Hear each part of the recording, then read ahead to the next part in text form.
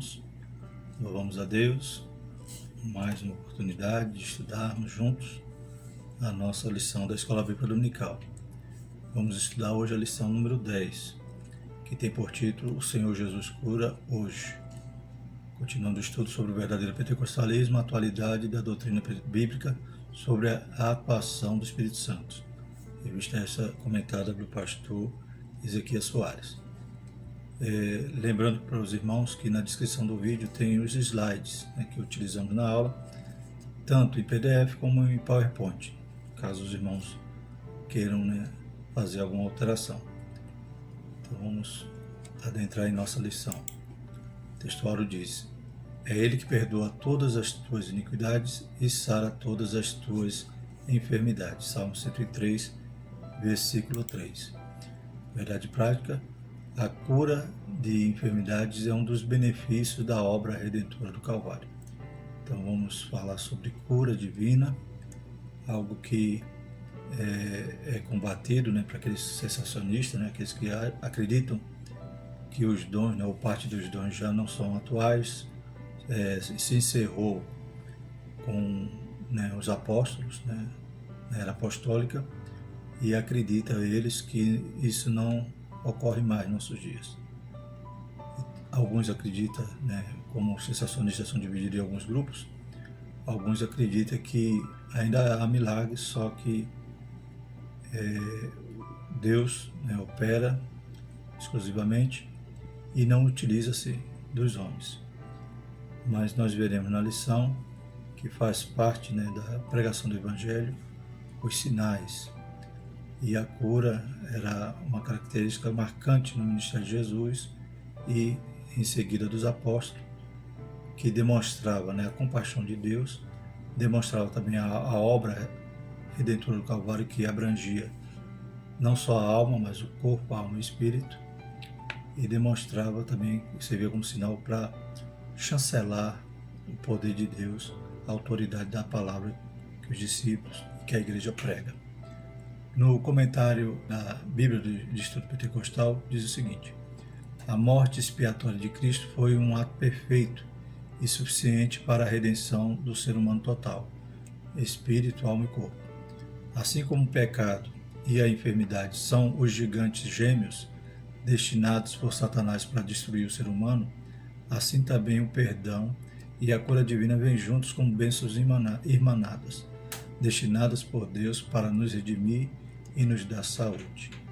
Então veremos essas verdades que cremos e pregamos, e acreditar que Jesus não cura mais hoje, é acreditar que Jesus mudou, mas a Bíblia fala que Jesus é o mesmo ontem, hoje e eternamente.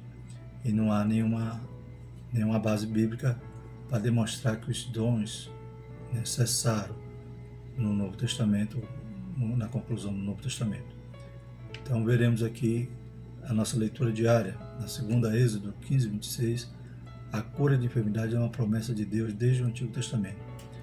Terça Mateus 10, 8, o Senhor Jesus nos deu poder para curar enfermos. Quarta Marcos 6, 13, os discípulos de Jesus ungiam os enfermos com óleo e os curavam.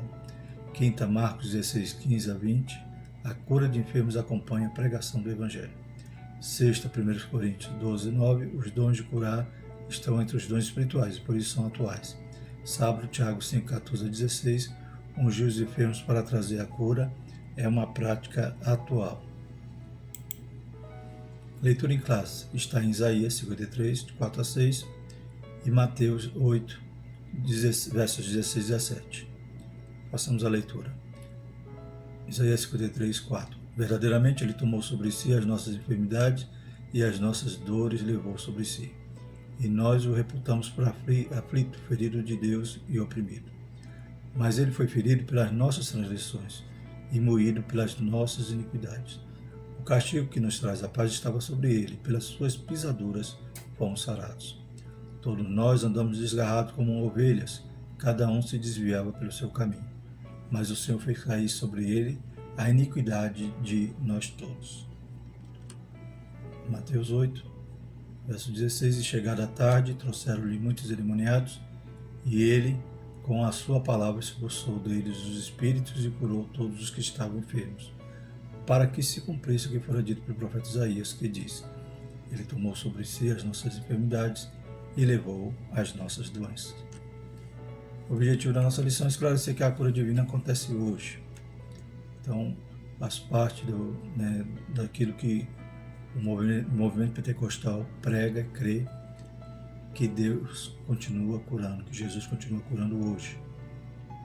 Então, é algo que, como já estudamos em lição passada, o seu pastor disse que cada culto pentecostal nós estamos ali na expectativa de milagres. Então, não é algo incomum acontecer milagre no meio da igreja, no meio de um culto pentecostal.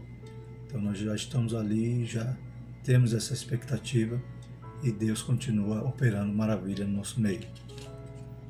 O objetivo específico, cada tópico da lição vai nos trazer o seguinte: conceituar a cura divina na Bíblia, pontuar a cura divina como parte da salvação, refletir sobre a cura divina e os desafios atuais. Então a gente veremos que é uma bênção, que caminha junto, bênção irmanada, como diz lá no comentário da Bíblia do Instituto Pentecostal. Então, embora seja uma bênção que caminhe junto com a salvação, sabemos que a cura, ela está na mão de Deus, porque Ele é soberano. O texto muito maravilhoso é quando aquele paralítico chega até Jesus e disse: Senhor, se tu queres, pode me tornar limpo. Então, aquele paralítico, ele teve uma revelação tremenda ali, Ele compreendeu ali que cabia, a sua cura estava, na vontade de Deus. Ele entregou, a sua vida ali, entregou aquela causa, aquela necessidade dele diante, da soberania de Deus. Se queres, pode me curar. Se queres, pode me tornar limpo. Então ele sabia que Deus tinha poder para fazer e que Deus era soberano. Então, essa bênção nós vamos detalhar durante a lição, que ela é bênção oriunda, a partir da expiação que Jesus fez por nós ali na cruz, e mais depende da soberania de Deus. Interagindo com o professor, a mensagem sobre a cura divina é uma doutrina importante pregada pelos pentecostais. É a percepção de que o Evangelho é pleno e diz respeito tanto à alma quanto ao corpo. Também lemos aqui numa revista, salvo engano, 2005, que falava também sobre esse tema, que diz o seguinte, lá no texto de Isaías 53, que trata-se da doutrina da expiação. A expiação, em suma, consiste na anulação da dívida gerada pelo pecado e na remoção e resgate do pecador do juízo do pecado e do seu domínio. Então, como o salário do pecado é a morte, e a partir do momento que o homem cai, que o homem peca, então o seu corpo é sujeito agora à corrupção. Ele é sujeito então a se degradar, a envelhecer, a ficar doente e a morrer. Então a expiação que Jesus ele faz ali na cruz, faz ali conforme Isaías 53, é plena, então ele nos salva por inteiro. Hoje ele opera a cura na nossa vida, no corpo físico, mas um dia ele vai glorificar esse corpo. Louvado seja o nome do Senhor. Então esse é o nosso alvo, quando encontrarmos com Jesus já no corpo transformado, porque o Senhor não veio salvar só a nossa alma, para isso a Bíblia nos diz, em Tessalonicenses, que aqueles que dormiram serão ressuscitados, transformados, e aqueles que estiverem vivos serão também transformados e encontrarão com o Senhor nos ares. Então percebemos que a nossa salvação é plena e a obra do Senhor é eficaz e plena. A igreja antiga esperava que essa realidade acontecesse enquanto se proclamava a mensagem de salvação. Assim como Jesus curou no passado, ele continua a fazer atualmente. Nosso Senhor sentia-se compelido a curar pessoas. Sua compaixão era visível quando se relacionava com os doentes. Então sabemos que o Senhor Jesus demonstrava o seu poder através desses sinais, E esses sinais que ele fazia, essa cura que ele curava muitos enfermos, libertava aqueles oprimidos, não era para publicidade. Pelo contrário, muitas das vezes a gente lê o texto bíblico dizendo Jesus pedindo para aquela pessoa não conte para ninguém. Então não era como hoje, que infelizmente, né, igrejas não essas pentecostais clássicas, né, da qual fazemos parte, mas os neopentecostais, infelizmente, usam cura como uma mercadoria. Que Deus tenha misericórdia de nós, né? E que nós continuemos crendo no poder de Deus, né? A gente tem exemplos, testemunhos inúmeros, e nós sabemos que o Senhor Jesus cura, né? Eu, você, podemos testificar a este respeito. Glórias a Jesus. Introdução. Assim como Jesus fez no passado, ele deseja atualmente curar e libertar os enfermos e os oprimidos. Ele demonstrou misericórdia e compaixão ao tomar sobre si as nossas enfermidades e dores. E assim também ele fazia quando via um enfermo, alguém sofrendo, ele se movia de íntima compaixão, algo que nós também devemos ter, né, e orar por aqueles que estão padecendo alguma enfermidade. O caráter e a compaixão de Jesus permanecem imutáveis na atualidade. Deus é fiel para curar as nossas enfermidades. Glórias a Deus. Então, temos que agir da mesma maneira como Jesus. Somos imitadores de Cristo. Glórias a Deus. Ele nos dá autoridade e nos dá, né, mandamentos para que também façamos da mesma maneira. Glória a Jesus. Então, o Evangelho é um Evangelho de poder. Como Paulo dizia, que não era apenas, né, filosofias vãs, aquele que pregava, mas ele pregava com poder. O primeiro tópico da nossa lição fala sobre a cura divina na Bíblia. A cura divina na Bíblia tem a ver com a saúde pública no Antigo Testamento, a prevenção de doenças como uma orientação bíblica e as curas de Jesus no Novo Testamento. Então, vamos ver na Bíblia falando sobre esse assunto desde o Antigo Testamento. Primeiro subtópico, a saúde pública no Antigo Testamento. Em Israel, a saúde era uma promessa de Deus, mas o povo tinha que fazer a sua parte. Deus garantiu a saúde dos filhos de Israel desde que eles cumprissem os termos do Pacto do Sinai.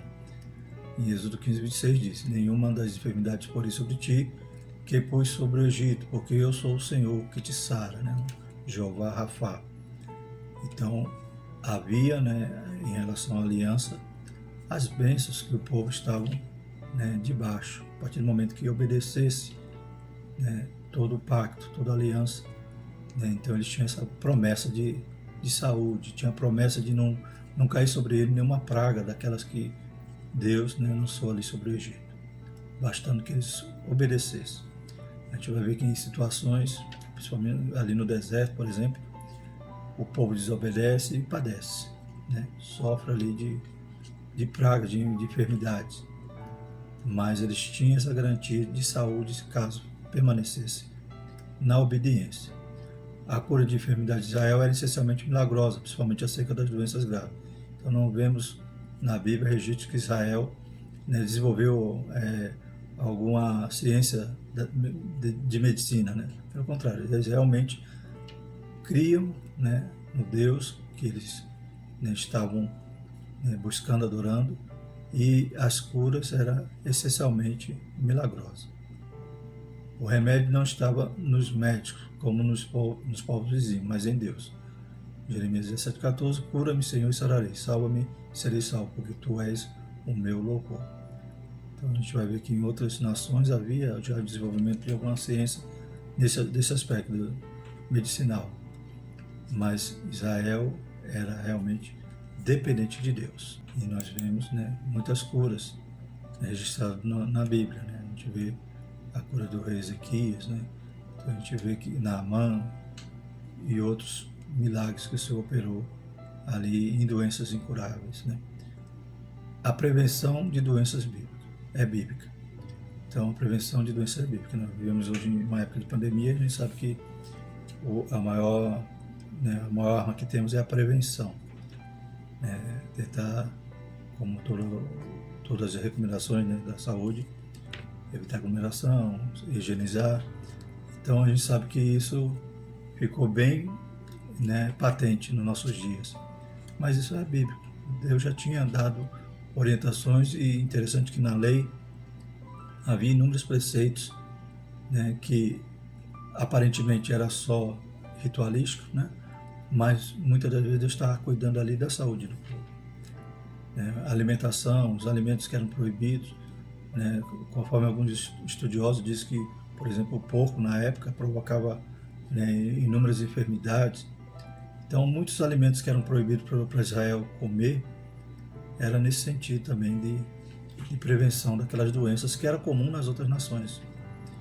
A gente vê preceitos até sanitários, né? Deus então cuidou do povo, era uma nação que saía escrava do Egito e Deus formou uma nação no meio do deserto.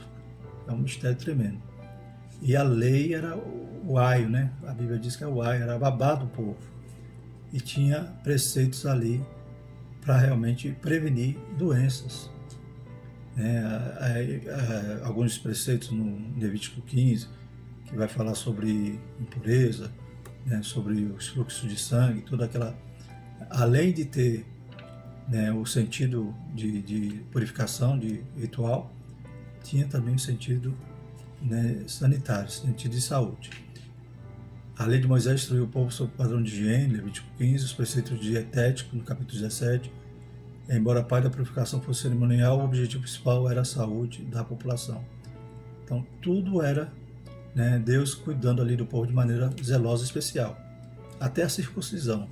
Né? A circuncisão, embora tinha o objetivo, né, de ser a marca, né, ser o selo ali do israelita de que ele pertencia a Deus, também gerava saúde para eles. Em pesquisas recentes, vê que Israel é o país que tem menos índice de câncer no colo do útero. Então havia essa prática dessa higiene, né, aquela marca que Deus exigia que todo homem israelita tivesse, também gerava saúde. Louvado seja o nome do Senhor. Então é tremendo. A lei de Deus não era algo, né, debalde, cada item tinha um propósito específico. Embora a gente vai ver que nos dias de Jesus eles cuidavam desses preceitos como se fossem para a salvação. Mas a lei tinha também esse aspecto, né, de saúde, de prevenção de doenças. A religião, nesse caso, se constitui um veículo eficaz para a conscientização coletiva. Hoje a igreja tem esse papel também, né, de investir também, né, em instrução, em saúde, né? E a religião naquela época foi fundamental, ou seja, a lei foi fundamental nesse aspecto. Imagine hoje se no Novo Testamento tivéssemos preceitos também, né, de prevenção de doenças. Não precisa mais, né? Porque hoje a lei é escrita em nossos corações. Hoje não precisamos de preceitos, porque talvez os homens iam confundir de novo e iam pensar que aquela lei, aquele legalismo era necessário para se salvar. A gente vai ver no Novo Testamento, como diz aqui o último parágrafo, o Novo Testamento mostra que a finalidade era uma questão de saúde pública e não purificação espiritual para a salvação ou santificação. Então a gente vê que no Novo Testamento eles usavam a lei assim, ao pé da letra, mas sem entender o significado real, né? O que Deus, da forma como Deus cuidou deles, da forma como Deus tinha aqueles preceitos legais no sentido de prevenir doenças para o povo. Então Deus curava, Deus operava milagre, glórias a Deus, mas Deus também deixou preceitos para que o povo se cuidasse. E isso também é um princípio para nós, que também nós não precisamos estar lá na Bíblia, no Novo Testamento, digamos, já pensou lá no Novo Testamento, Jesus ou o apóstolo Paulo dizendo, irmãos, vocês são diabéticos, não comem açúcar. Então, talvez alguém ia ser mais obediente se estivesse lá, mas nós não vivemos no legalismo. Então isso nós já sabemos, a Bíblia diz, todas as coisas me são lícitas, mas nem todas me convêm. Todas as coisas me são lícitas, mas não vou me deixar dominar por nenhuma delas. Então eu já tenho a mente de Cristo para ver o que me faz mal e o que está prejudicando, né, o templo do Espírito Santo, que é o nosso corpo. Então vemos aqui em Mateus 15, versículos 2 e 3, é o seguinte: porque transgride os teus discípulos a tradição dos anciões, pois não lavam as mãos quando comem pão. Aí ele, porém, respondendo, disse: porque transgrides vós também o mandamento de Deus pela vossa tradição? Então os fariseus ali pegavam ao pé da letra, né, eles coavam uma mosca, não deixavam passar uma mosca, mas engoliam um camelo, como diz a Bíblia. Então eles estavam criticando os discípulos porque eles não estavam lavando as mãos. Então aquele ato de purificação para eles era algo que gerava salvação. E se não fizesse, poderia perder, né, a bênção de Deus por causa disso. Então era legalista a esse extremo. E Jesus vai dizer, por que também vocês transgridem? Aí na sequência Jesus vai falar, a lei também está dizendo, honra o pai e a mãe, e vocês não honram. Vocês inventam uma oferta chamada Corban, e quando aplicam essa oferta, dão essa oferta no templo e dizem que não precisam mais cuidar dos seus pais, zelar ou sustentar seus pais. Então Jesus também vai lá e toca na ferida deles. Aí Jesus vai explicar em Mateus 15, 17 a 20 o que significava, né? Ainda não compreendeis que tudo que entra pela boca desce para o ventre e é lançado fora, mas o que sai da boca procede do coração, e isso contamina o homem. Porque do coração procedem os maus pensamentos, mortes, adultérios, prostituição, furtos, falsos testemunhos, blasfêmia. São essas coisas que contaminam o homem, mas comer sem lavar as mãos, isso não contamina o homem. Então, Jesus está querendo desfazer, né, aquela capa que eles tinham sobre a lei, no sentido de que ali era um pecado. Mas pecado, como Jesus vai dizer, é o que sai, né? Aquilo que procede, aquilo que contamina o homem quando estamos com os pensamentos maus, quando estamos dando vazão, né, à concupiscência e aos nossos desejos carnais. Isso pode nos matar. É isso que Jesus quer dizer. De forma alguma, Jesus disse que não era para lavar a mão. Pelo contrário, a Bíblia diz que Jesus veio para cumprir a lei. Só que Jesus estava exemplificando que a lei tinha uma função e não essa que eles traziam de legalista, né? E se não fizer, está pecando, não é salvo. Romanos 14, 2 diz, porque um crê que de tudo se pode comer e outro que é fraco come legumes. Então, a gente vai ver depois, durante as cartas, né? Paulo também explicando a questão dos alimentos. Paulo até diz, né? Tenha sabedoria, né? Não escandalize, né? Já que ele acha que não pode comer, não coma na frente dele, não. Mas Paulo dizendo que os alimentos ali não tinha essa carga de levar o homem para o inferno. O que ele comia, não deixava de comer. Da mesma maneira, a Pedro, né? Jesus dá aquela revelação, mostra aquele lençol descido do céu com aqueles animais, diz para ele preparar ali, matar e comer, né? Ele diz, de forma nenhuma, Senhor, eu vou comer algo que é impuro. Aí Jesus fala para ele, né? Não se chame de impuro, né? O que Deus, né, santificou. Então, mais uma vez, demonstra que a lei tinha um propósito, só que os homens levaram para outro extremo, ao pé da letra, e cumpriam uma coisa, mas não cumpriam outra. Terceiro subtópico, Novo Testamento, as curas de Jesus. Israel dependia mais de Deus e a sua garantia da saúde estava na obediência. Então a gente já viu isso, que o pacto era uma garantia de que Deus ia ser o Jeová Rafá na vida ali de Israel, se tivesse em santidade. O número de enfermos era alto, né, isso no Novo Testamento. E as curas efetuadas por Jesus logo chamaram a atenção do povo. Então a gente vê que quando o pecado, né, ele impera, a gente vê muitas mazelas. E naquela época de Jesus havia muita pobreza, né? Havia também o jugo de Roma, havia muitas doenças e muitos endemoniados. E quando Jesus começa a libertar, salvar, curar, chama a atenção.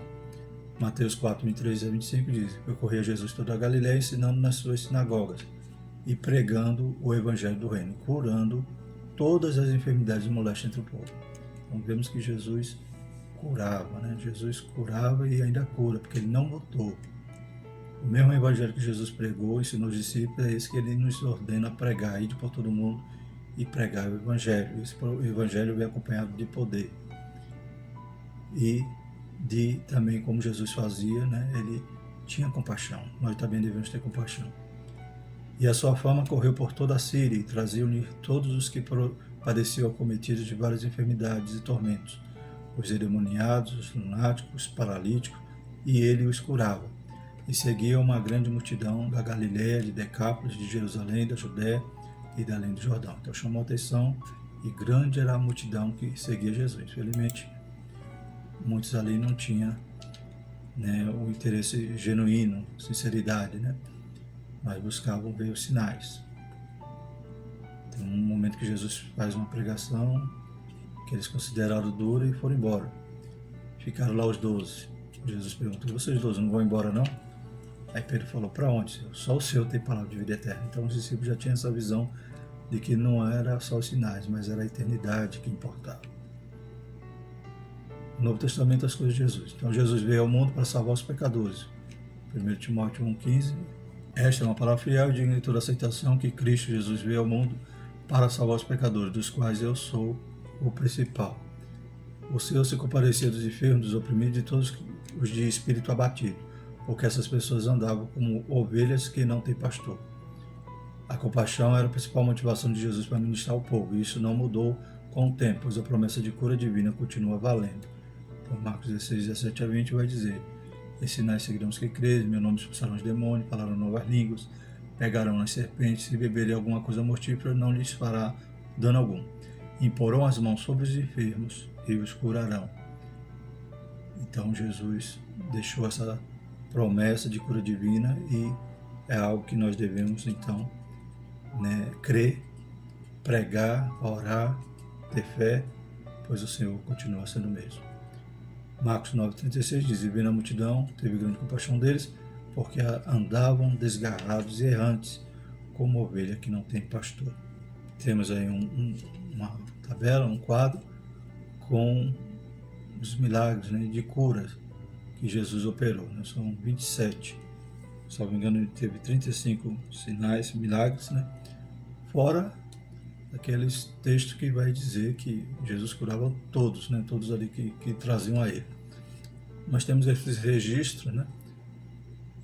A cura do paralítico de Cafarnaum, o homem da mão aleijada, o endemoniado cego e mudo, os 2 cegos, o endemoniado, o leproso, o cego de nascença, o endemoniado gadareno, a filha de Jairo, a mulher que tinha hemorragia, todos esses referências aí mostrando que fazia parte do ministério de Jesus, né? A cura. Ele ensinava, curava, né? Libertava ali aqueles que estavam no vale, né, da sombra da morte, como diz lá em Isaías. Também, em continuidade, né, para vermos que não cessou, ou esse dom não cessou, né, vemos que Jesus continuou operando milagres na vida, através da vida dos discípulos. Então vemos que não cessou, né? Então vemos alguns milagres, né, de cura. A cura do coxo na Porta Formosa, em Atos 3, né? Pedro e João ali diz para o paralítico, né, não tem ouro nem prata, mas o que eu tenho te dou, em nome de Jesus, levanta e anda. Muitos enfermos são curados e os atormentados são libertos de Jerusalém, em Atos 5, 16. Estevão entre o povo, né, operava ali sinais. Filipe e Samaria também curas, né? Saulo de Tarso curado da vista. A cura de Enéas, em Atos 9, 32 e 35. A ressurreição de Dorcas. A cura de um paralítico de nascença em Listra. A libertação de uma jovem possessa em Filipos.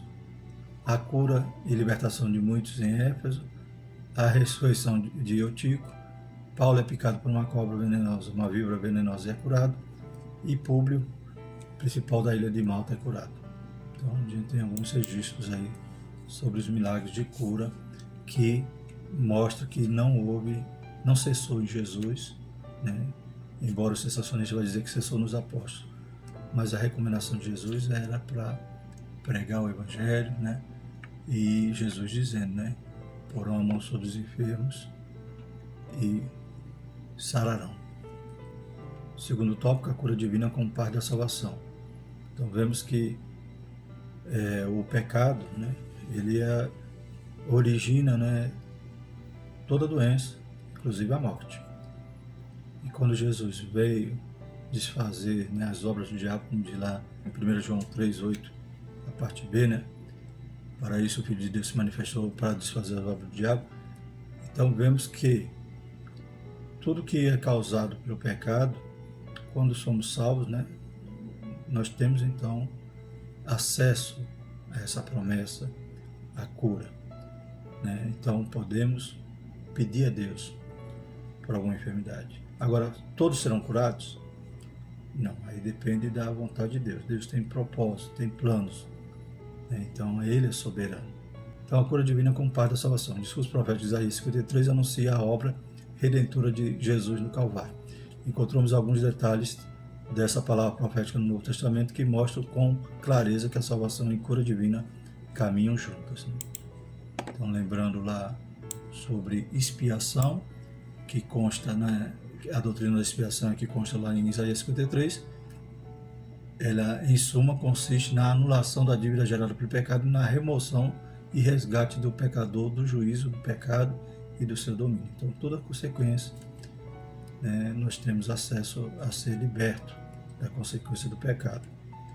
É claro que se o Senhor não for da vontade de Deus de curar aquela enfermidade, porque Deus é soberano, Deus tem um propósito, Deus tem um plano certo, é claro que no final essa expiação se completa quando formos glorificados. Ainda que provarmos a morte, um dia nossos corpos serão transformados. Primeiro subtópico, salvação. É um termo que aplica a diversas ações de Deus no Antigo Testamento em favor do seu povo, como no livramento da escravidão, da fome, da espada e das enfermidades. Então, no Antigo Testamento a gente vai ver falar em salvação, muitas das vezes é Deus libertando o povo de alguma nação que oprimia. Então, esse termo pode ser aplicado de várias formas ali no Antigo Testamento. A salvação da condenação eterna é o livramento do poder da maldição do pecado e a restituição do ser humano à comunhão com Deus. Então, salvação, o sentido real de salvação é livramento do poder da maldição do pecado. Então, tudo que o pecado opera em nós podemos ser livres através do momento que somos salvos por Jesus. E restituição do ser humano à comunhão com Deus. Então, a gente sabe que no ato da salvação acontecem algumas coisas instantâneas, somos regenerados, somos justificados, somos santificados, mas também temos que continuar, como já estudamos na lição passada, essa santificação progressiva.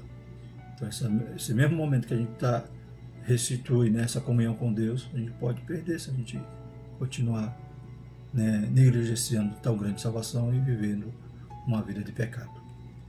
Deus propôs a salvação para todas as pessoas, Tito 2,11, porque a graça de Deus se há manifestado, trazendo salvação a todos os homens. Então, sem distinção. Deus propôs a salvação a todas as pessoas e as condições para isso são a fé em Jesus e o arrependimento dos pecados. Mas Deus, não tendo por conta o tempo da ignorância, anuncia agora a todos os homens e em todo lugar que se arrependem. Então, Deus quer salvar. A condição é ter a fé em Jesus, crer nele, reconhecer ele como seu Senhor e Salvador e se arrepender dos seus pecados. Quem confessa e deixa, alcança a misericórdia. Cura divina, segundo o subtópico. A declaração de fé da Assembleia de Deus define a cura divina como um ato da soberania, graça e misericórdia divina que, através do poder do Espírito Santo, restaura física e ou emocionalmente aqueles que demonstram fé em Jesus Cristo. Então, é um ato da soberania de Deus que pode nos restaurar alguma coisa física, alguma deficiência, alguma doença, física ou até emocional. Então, nós podemos receber essa cura a partir do momento que Deus opera a sua graça em nós. É tendência nossa procurar logo os médicos em caso de doença, isso não é errado. Então, Jesus mesmo disse que os doentes precisam de médicos. Então, Jesus não condena a medicina. Deus usa os médicos. Embora ainda que tenha aqui o maior incrédulo que nunca ia concordar com isso. Mas Deus dá sabedoria, Deus usa ali no diagnóstico, Deus usa na prescrição de um remédio, Deus usa no momento de uma cirurgia. Então, Deus não condena de forma nenhuma os médicos. E procurar logo o médico é bom, não é errado. Principalmente no momento que vivemos, de pandemia. Mas nós vamos ver mais à frente que talvez a ordem deveria ser diferente. Primeiro orarmos e depois procurar um médico. Porque Deus pode curar através da nossa oração. Mas Jesus não condenava os médicos, Lucas era médico. Em Colossenses 4,14, sauda-vos Lucas, o médico amado, e Demas. Então, Lucas foi médico, escreveu 2 livros do Novo Testamento, então, de forma nenhuma, Deus condena, nem Jesus condenava a medicina. Porém, agora vamos para o subtópico 2, continuando aí, cura divina, Mas convém salientar que temos um recurso divino seguro para a cura das enfermidades. A ministração da unção com óleo em nome do Senhor sobre os enfermos. Além desse momento que chama o presbítero para ungir, também a Bíblia vai falar que porão as mãos sobre os enfermos, né? Porão as mãos sobre os enfermos e curarão. Então isso é para todo crente. Tem esse momento também do presbítero e tem também o dom de curar. Já viu? São 3 meios que Deus pode operar a cura na vida das pessoas. E nesse sentido do óleo, é interessante por isso, porque como a gente não sabe a causa da enfermidade, possa ser que esse momento, né, seria a prioridade de chamar alguém para orar. Por quê? Porque o médico não vai ter como curar uma doença que seja uma causa espiritual, por exemplo. Vamos lá. Eles expulsavam muitos demônios, ungiam muitos enfermos com óleo e os curavam. Marcos 6,13. Então, bem antes lá de Tiago, né, os discípulos de Jesus já praticavam isso. Ungia muitos enfermos com óleo. Está alguém entre vós doente, chame os presbíteros da igreja e ore sobre ele, ungindo com azeite em nome do Senhor. E a oração da fé salvará o doente, e o Senhor levantará. E se houver cometido pecado, serão perdoados. Então, podemos frisar aqui nesse sentido, né, de que o que vai curar não é o óleo. O óleo é aquele símbolo, né? Mas o que vai curar é partir da oração da fé. Então, a fé e quem cura é o Senhor, não é o óleo. E o Senhor o levantará, como diz aqui no versículo. Outra coisa que podemos extrair daqui é que se houver cometido pecado, seriam perdoados. Então, muitas das vezes, alguma enfermidade possa ser por motivo de pecado. É claro que nem todas são. A princípio, né, direto ou indiretamente, toda enfermidade é por causa de pecado. Mas por que direto ou indiretamente? Direto é quando alguém faz alguma coisa que buscou aquela enfermidade. Indireto porque nós nascemos, né, com a natureza adâmica. Então a natureza, nosso corpo, ele se corrompe, ele envelhece, ele adoece. Então, mas se por acaso aquela enfermidade for por algum problema espiritual, alguém que por algum pecado, ele vai reconhecer, né? Se ele se arrepender ali naquela hora, vai pedir o perdão, Deus perdoa seus pecados e também pode, né, imediatamente curar aquela enfermidade, conforme a soberania de Deus. Então, por isso que é interessante chamar primeiro ou buscar os recursos espirituais, e é claro que você vê que não foi da vontade de Deus, né, receber aquele milagre. Podemos buscar os médicos, que a Bíblia não condena a medicina. Salvação e cura. A obra de Jesus é completa, a expiação no Calvário resulta na nossa redenção e alcança também a cura do corpo físico. Então nós, a partir do momento que somos salvos, nós temos, né, acesso a essa promessa de cura, conforme Isaías 53:4. Levando Ele mesmo em seu corpo nossos pecados sobre o madeiro, para que mortos para os pecados pudéssemos viver para a justiça, e pelas suas feridas foste sarado. 1 Pedro 2:24 cita então o texto lá de Isaías. Desde o Antigo Testamento que a salvação e a cura andam juntas. Lá em Jeremias 17:14, né, está lá, né, cura-me, isso aí, curado, né, salva-me. Então, já lemos essa referência. A cura espiritual geralmente precede a cura física. E é Ele que perdoa todas as suas iniquidades e sara todas as enfermidades. Salmo 103:3. Então, Jesus, ele quer nos curar, mas o principal é o espiritual, né? Ao paralítico, né, Jesus disse o quê? Aquele paralítico de Cafarnaum: perdoados estão seus pecados, porque era o principal ali. Aí aquelas pessoas começaram a razoar e nos seus corações dizendo: que é esse que tem autoridade de perdoar pecado? Aí Jesus disse: é mais fácil dizer perdoaste o pecado, ou paralítico pega a tua cama e anda? Então, para que vocês saibam, né, que são filhos de Deus, aí Jesus dá a ordem, né? O paralítico então é curado. Então, primeiramente, o objetivo principal é a cura espiritual, né? É o pecado, né? O Senhor quer lavar-nos, purificar-nos, quer nos salvar. Então, ela precede a cura física. E se a cura física vier, glória a Deus. Se não vier, glória a Deus também. Se ele fizer, é Deus. Se não fizer, continua sendo Deus. Então, vemos aí que citamos agora a cura do paralítico de Cafarnaum. E passagens paralelas nos evangelhos sinóticos revelam essa verdade. A vontade de Deus é, portanto, curar tanto a alma como o corpo, né? Então, Jesus, vendo a fé deles, disse ao paralítico: filho, tem bom ânimo, perdoados te são os teus pecados. Glórias a Deus. Isaías 53, 3 e 4. O quarto subtópico. O Novo Testamento interpreta Isaías 53 como uma provisão de Deus em Cristo para a cura física e espiritual, né?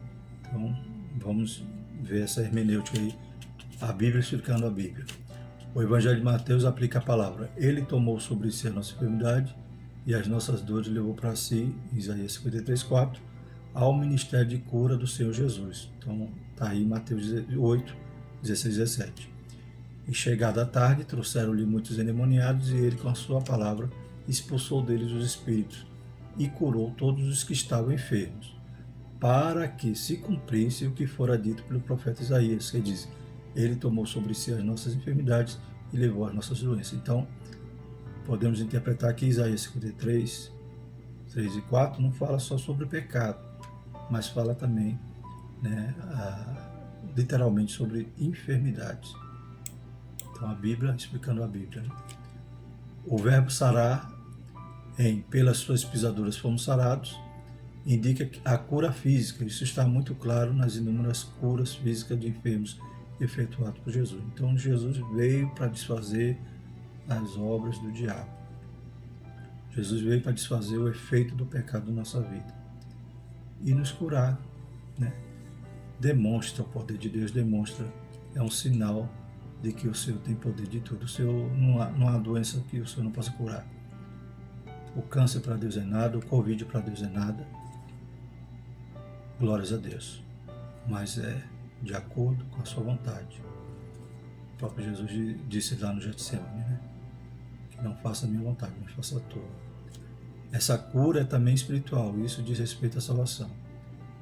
Então, 1 Pedro 2, 24, vai citar também Isaías, né? Levando ele mesmo em seu corpo nossos pecados sobre o madeiro, para que, mortos para os pecados, pudéssemos viver para a justiça, e pelas suas feridas foste sarado. Então, o que nós queremos dizer com tudo isso até aqui, né? Que Jesus continua curando. E curar é um reflexo também da obra expiatória ali na cruz. Porque ele é dono de tudo, e ele tem todo o poder, ele conhece a nossa estrutura. Glórias a Deus. É como se ele estivesse dando uma nuance, aleluias, né? Daquilo que ele vai fazer no dia em que a trombeta tocar e essa igreja subir curada, né? Sarada, transformada, um corpo glorioso, para encontrar com o nosso Mestre. Louvado seja o Senhor. Então, a salvação nos dá acesso à promessa, né? De cura também. Podemos orar e pedir a Deus, e, né, sabendo que a vontade dele é boa, perfeita e agradável. A cura divina e os desafios atuais. Os desafios atuais são diversos, dentre eles saber sobre a natureza da enfermidade, se o problema é físico, espiritual, e ter o discernimento sobre a vontade de Deus, né? Então temos que saber que é Ele que faz, é Ele que cura, né? Ele usa uma criança que vai orar para a mãe e a mãe vai sarar, louvado seja o nome do Senhor, né? Então Deus faz como quer, usa quem quer e quando quer. As doenças. Primeiro subtópico. As enfermidades são uma das causas de maior sofrimento ao ser humano. Elas são consequência direta ou indireta do pecado, pois se não existisse pecado, não existiriam enfermidades. Então, é uma consequência direta ou indireta.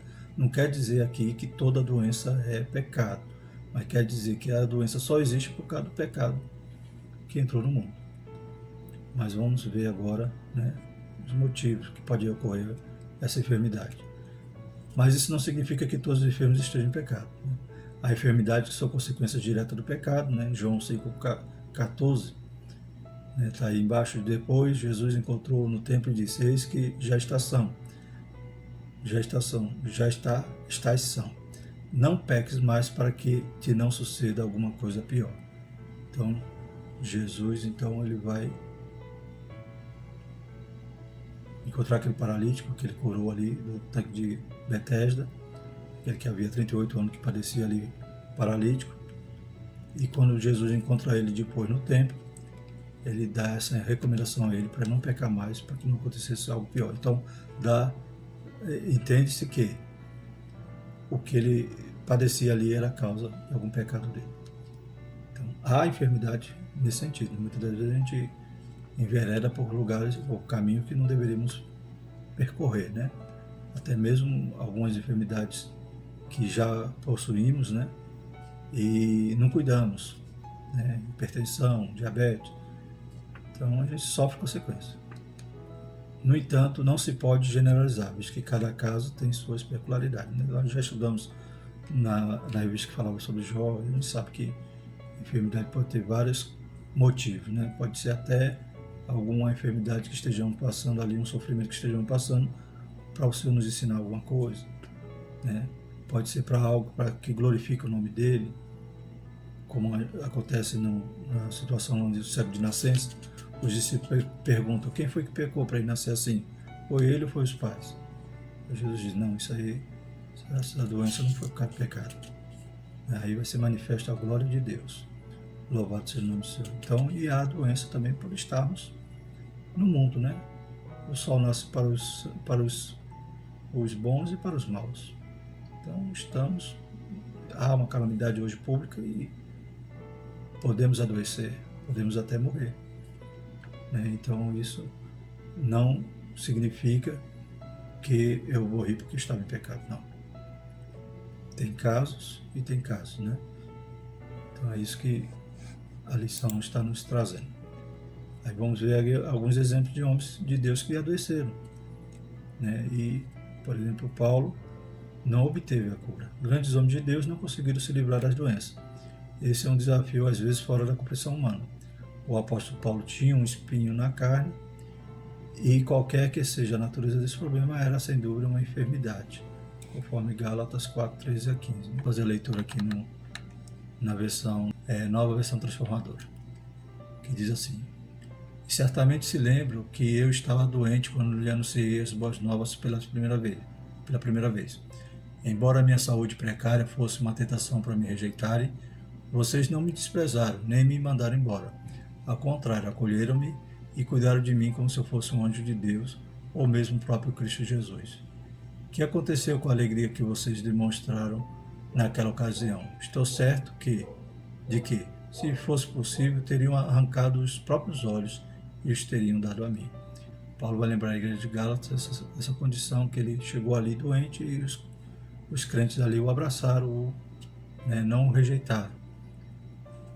E a gente percebe aqui, falando do espinho da carne, alguns estudiosos vão dizer que esse espinho da carne era algum problema na vista, né? Tendo em vista que aqui no final desses versículos vai dizer que Paulo tinha certeza que os Gálatas, se possível, arrancavam até os próprios olhos e davam a ele. Mas a Bíblia não revela exatamente, né? É apenas uma especulação. Então, mas Paulo tinha aquela doença, a Bíblia diz que ele orou por 3 vezes e Jesus disse que a graça dele o bastava. Então, ele ficou com a graça, que é melhor. Timóteo tinha problema de estômago, está lá em 1 Timóteo 5,3, e Paulo deixou Trófimo doente em Mileto, né? Lá em 2 Timóteo 4,20 diz: Erasto ficou em Corinto e deixei Trófimo doente em Mileto. Então a gente sabe que doença nós não somos isentos, né? Mas nós temos um Deus que cura. Podemos, né, clamar a Ele, né, fazer igual Ezequias, né, virar o rosto para a parede, chorar muitíssimo. E se for da vontade dele, Ele pode nos curar. Ele tem poder e continua operando milagre. Esse milagre no dia de hoje. Os pentecostais creem dessa maneira. Não confundir doença com possessão maligna. Jesus conferiu à sua igreja o poder de curar enfermos e libertar os oprimidos do diabo. Só não pode confundir, né? Quando é opressão do diabo ou quando é enfermidade. Cura os doentes, ressuscita os mortos, purifica os leprosos, expulsa o demônio, dê de graça, pois também de graça vocês receberam. Mateus 10:8. É dever nosso usar essa autoridade do nome de Jesus para diminuir o sofrimento humano. Então nós temos que ter compaixão, temos que estar pronto para orar, né? Para aqueles que pedem socorro, temos que ter, né, esse desejo de ver também as pessoas se livrando daquele sofrimento como Jesus tinha. Jesus tem saúde para dar a todos os enfermos, mas nem sempre compreendemos o plano de Deus para determinada pessoa. Então é claro que a gente pede, roga a Deus, impõe a mão, faz oração, aí depende de Deus. Nós somos os vasos de barro com um conteúdo excelente, que é o Espírito Santo de Deus. Duas coisas básicas devemos observar. Primeiro, se a enfermidade é opressão maligna ou uma questão médica, para não expulsar demônio onde não há demônio. Quantos, né, os mais antigos traduziam epilepsia por possessão demoníaca.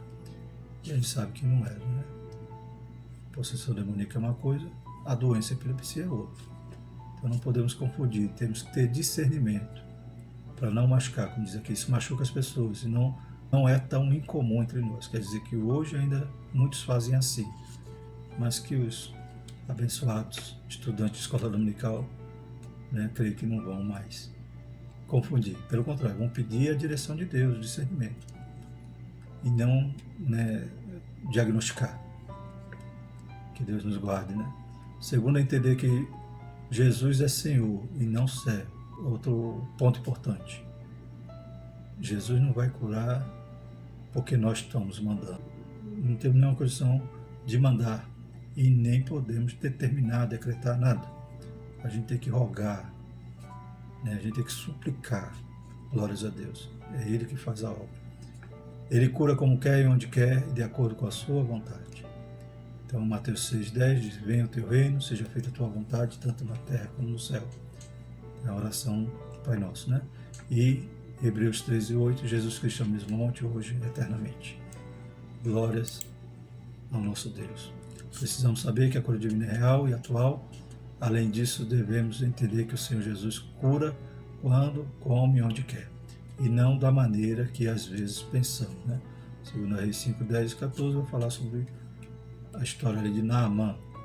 Né? Naamã queria que o profeta saísse para fora, clamasse a Deus, colocasse a mão sobre ele ou a sua enfermidade e o purificasse ali. E o profeta então só dá o recado, né? Vai lá e mergulha 7 vezes no Rio Jordão. Ele ficou ali meio teimoso, mas recebeu um conselho sábio e foi. Então desceu e mergulhou no Jordão 7 vezes, conforme a palavra do homem de Deus. E a sua carne tornou como a carne de um menino e ficou purificado. Segundo Reis 5:14.